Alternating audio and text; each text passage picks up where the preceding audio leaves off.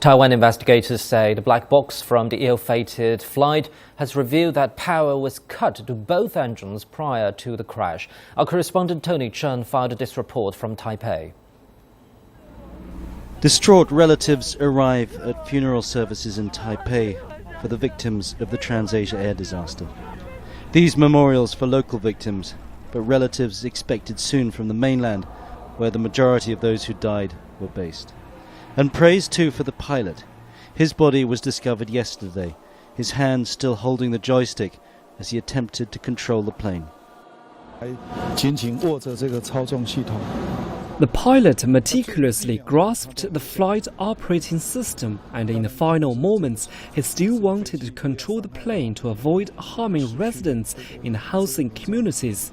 To the plane's crew, the victims, and all the masters of religious ceremony, I hereby express my condolences. And the preliminary investigation from the black boxes appears to show the pilots faced enormous odds. Both engines had failed before the crash, and the first warning sounded less than a minute after takeoff. At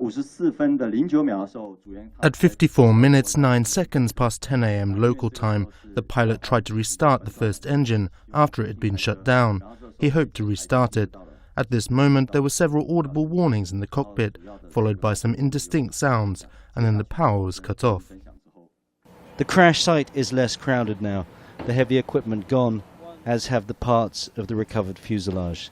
But searching still for the remains of those unaccounted for, as scuba divers linked arm in arm scour every inch of the riverbed. It has been rather a fruitful day in that they found 4 more bodies, so the confirmed death total is now up at 35.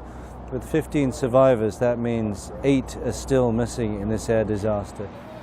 As the murky waters of the Geelong River give up the last victims of the crash, attention is turning to how a new plane with a perfect service record could crash so soon after takeoff. Tony Cheng, CCTV, Taipei.